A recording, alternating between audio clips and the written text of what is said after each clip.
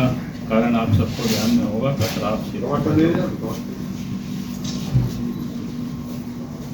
खदाने जहां धंस गया था। आप देख रहे हैं कुसुम न्यूज, सच और ताज़ा खबरों के साथ सबसे पहले आपके पास। नमस्कार, आप देख रहे हैं कुसुम न्यूज। धनबाद से बड़ी खबर। धनबाद के सर्किट हाउस में मंगलवार को आयोजित प्रेस वार्ता में झारखंड के प्रथम मुख्यमंत्री और भाजपा प्रदेश अध्यक्ष बाबूलाल मरांडी ने रामकनाली खदान हादसे पर गंभीर सवाल उठाए। मरांडी ने इस हादसे को प्राकृतिक आपदा मानने से इनकार करते हुए इसे कृत्रिम आपदा करार दिया।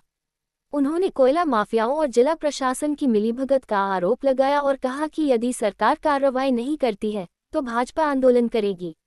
उन्होंने कहा कि धनबाद में आए दिन हो रही ऐसी घटनाएं सरकार और प्रशासन की लापरवाही को उजागर करती हैं, जिससे आम जनता की जिंदगी खतरे में है। मरांडी ने यह भी दावा किया कि रोजाना 500 से लेकर 1000 तक ट्रक अवैध कोयला ढलेरी से बाहर भेजे जाते हैं। हाईवा ट्रकों से भी अवैध वसूली की जा रही है।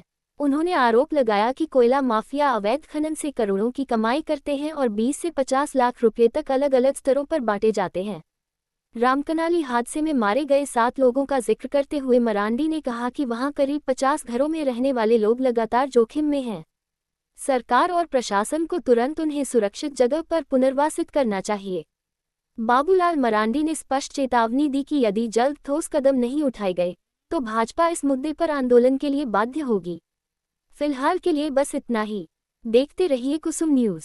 बहुत बहुत धन्यवाद। जोहार आप सबको। कल धनबाद आए थे। कल धनबाद आने का कारण आप सबको ध्यान में होगा। कतराप से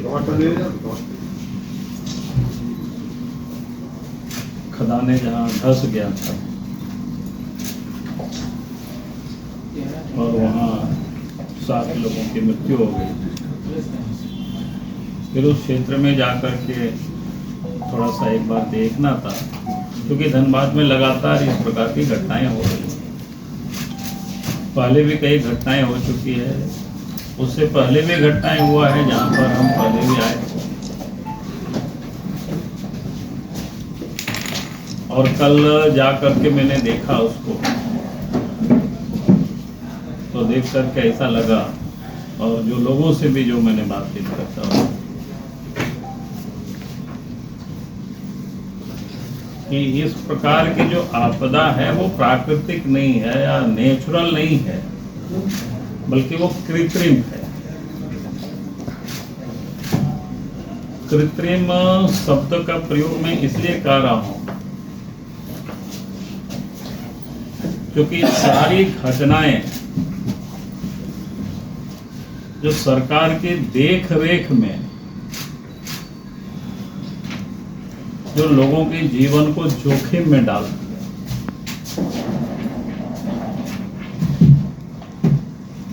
जिस प्रकार से कोयला माफिया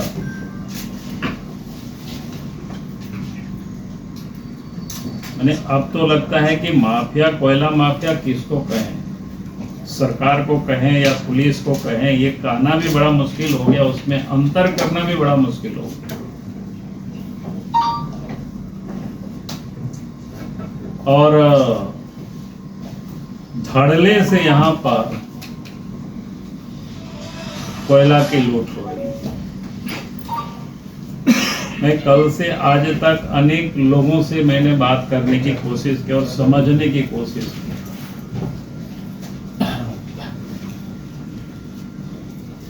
कोई बताता है 500 इलीगल ट्रक निकलता है, कोई बताता है 1000 ट्रक इलीगल निकलता है। यानी इस प्रकार से देखने से यानी लोग भी हिसाब लगाना लोगों के लिए मुश्किल हो गया है कि भाई कहां से कितने ट्रक निकाला जा रहा है। और यहाँ तक जो पहले बंद पड़े खदान को भी हमने को कई लोगों ने वीडियो भी दिखाया। जैसे बंद पड़े खदान है, उसमें पहले सीमेंटेड किया हुआ था, उसको भी जीसीबी से ले जा करके फिर उसको क्या कहते हैं, उसको छेद करना और वहां से फिर कोयला निकालना है। और उसको फिर बाहर भेज।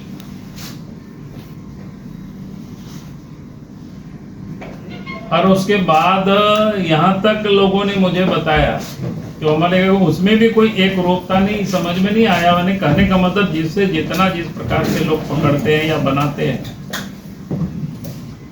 तो बोला कि यहाँ पर धनबाद में 20 लाख से लेकर के 50 लाख तक महीना में, यानी कारोबारियों को भी देना पड़ता है। कारोबारी मतलब जो 2 नंबर के कारोबार करता है, और जितना कोयला आप निकाल सकते हैं, बेच सकते हैं, बेचो। और ट्रक से भी अलग वसूला जाता है, या जैसे भी से इसको क्या बोलते हैं, पर जैसे भी उसको क्या है, उसको जैसे हाईवा।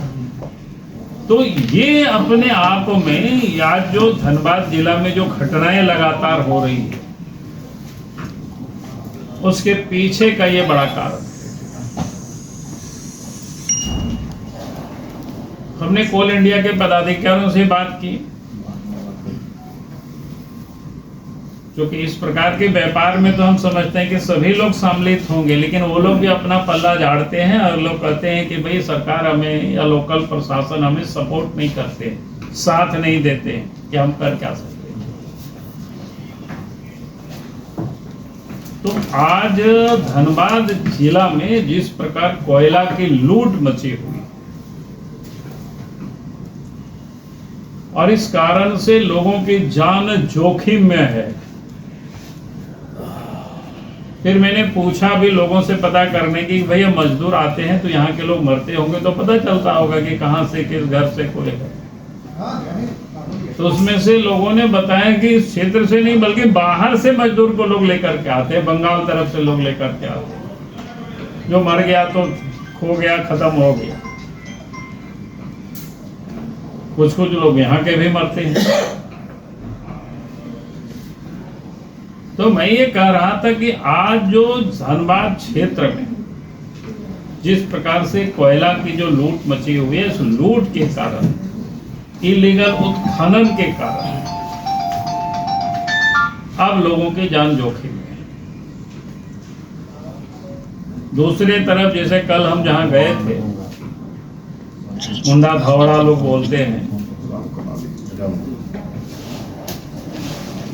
तो वहां के लोग बिल्कुल आज भी सशंकित हैं। देखिए जमीन फटा हुआ है, कभी भी जमीन खिसक सकता है। हमने उन लोगों से पूछा कि हमें लगा कि अभी लोग बचे हैं क्या, तो बहुत वर्षों से लोग रहते हैं, बाप दादा के काल से। और सरकार से लोग एक बार मांग कर चुके हैं कि भाई हमें कहीं पुनर्वास किया जाए। लगभग 50 परिवार है वहां पर, और जी वहाँ एक सरकारी विद्यालय भी था, वहाँ मंदिर भी है। तो इसे साफ लगता है कि हाँ वर्षों से वहां लोग रह रहे हैं और जमीन दरक चुका है। हम राज्य सरकार से, जिला प्रशासन से हम मांग करते हैं कि भाई उनको बात करनी चाहिए वहां के लोगों के साथ। और यहाँ तो BCCL का बहुत सारी जमीन है, बंजर जमीन है, जहाँ कोई खेती बाड़ी नहीं होता है, उसको चिन्हित करके वहां लोगों को पुनर्वासित कर दे, ताकि फिर लोगों की कोई जान नहीं चली जाए। इसकी हिफाजत करना राज्य सरकार का काम होता है, लोकल प्रशासन का काम होता है। और ये जो कोयला की चोरी है, इस कोयला की चोरी को सरकार अविलंब रोके, प्रशासन इसको रोके।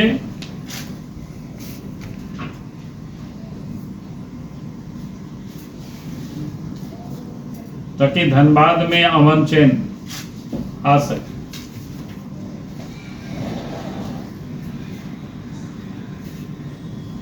चलो, मुझे लगता है कि कल जो मैंने देखा था, जो कल से लेकर के आज तक जितनी बातों को मैंने समझा, आप सब लोगों के साथ मैंने उसी बात को शेयर किया। भाजपा में सांगठनिक गठन अभी हमारा काम है, कोई दिक्कत नहीं है, हम लोग करते रहते हैं। संगठन है ही हमारे पास, ये अध्यक्ष यहाँ बैठे ही हैं, उधर ग्रामीण जिला के अध्यक्ष बैठे हैं, कोयला में तो सर विपक्ष के लोगों की भूमिका बहुत बड़ी है कोयला चोरी में यहाँ पे। मैंने कहा कि कोई भी अगर उसमें भूमिका है सरकार तो पकड़े, सरकार उसको तो रोके। कई बड़े नेता आपके अरे सामने मैं हैं। कह रहा हूँ कि बड़े नेता हो छोटे आपके पार्टी के नेता, तरफ सब शहर के लोग जानते अरे हैं। मैं क्या कर रहा हूँ, रोकना किसका काम है? बाबूलाल मारंडी तो नहीं आ रहे हैं उसको रोकने के लिए कि भाई आप क्यों इनके ऊपर कार्रवाई कर रहे हैं। भाई ट्रक पकड़िए, सड़क पर जा रहा है, जिस किसी का भी हो उनके ऊपर केस करिए, उनको अंदर करिए। ये ऐसा थोड़ा है कि बीजेपी के लोग हैं, हम कहाँ बोल रहे हैं कि बीजेपी के लोग हम बचा रहे हैं।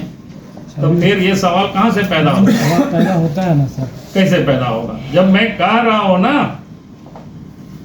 उसको बचाने के लिए अगर कोई बीजेपी के जिला अध्यक्ष आंदोलन करेंगे तब आप हमको कहेंगे। तो ये तो आप लोग बचाव वाला की बातें मत क्या करो, उधर से सरकार उनकी है, पकड़ना उनका काम है।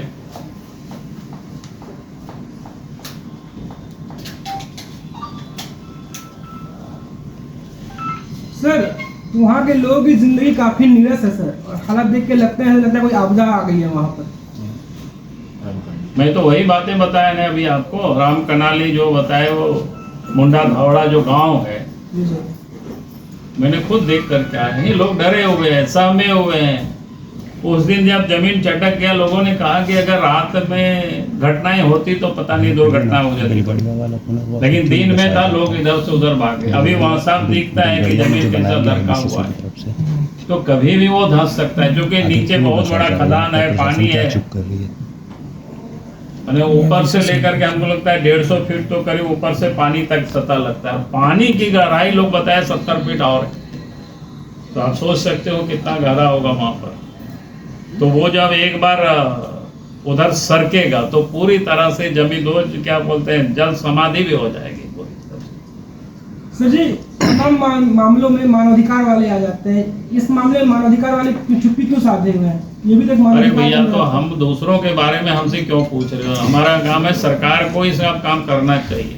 अगला कदम क्या रहेगा सर, क्योंकि अगर प्रशासन नहीं मानती है, सरकार नहीं मानती है, इस बात को आज आपके सामने बोल रहे हैं कि सदन से लेकर के सड़क तक लड़ो, जरूरत पड़ेगी तो हम लोग इसको लड़ाई लड़े, क्योंकि लोगों के जीवन की रक्षा करना सबका दायित्व बनता है। अगर सरकार नहीं कर रही है तो हम लोकतंत्र देश में रहते हैं, लोकतंत्रीय प्रक्रिया से जो आंदोलन का रास्ता है उसको अपनाएंगे।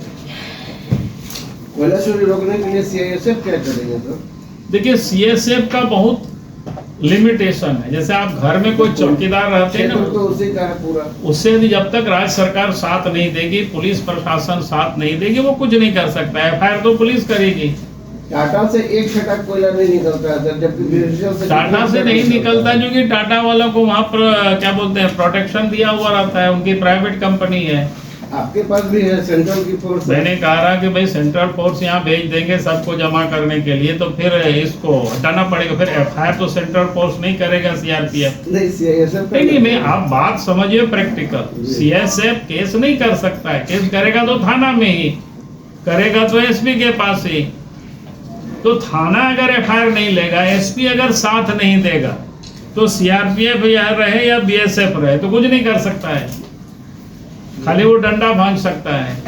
लेकिन वो राम कनाली का जो घटना स्थल आप बता रहे हैं सर, वो तो पूरा तरह से सीआईएसएफ के कमांड क्षेत्र में है। मैंने क्या कहा, वहां तो धंस रहा है भाई।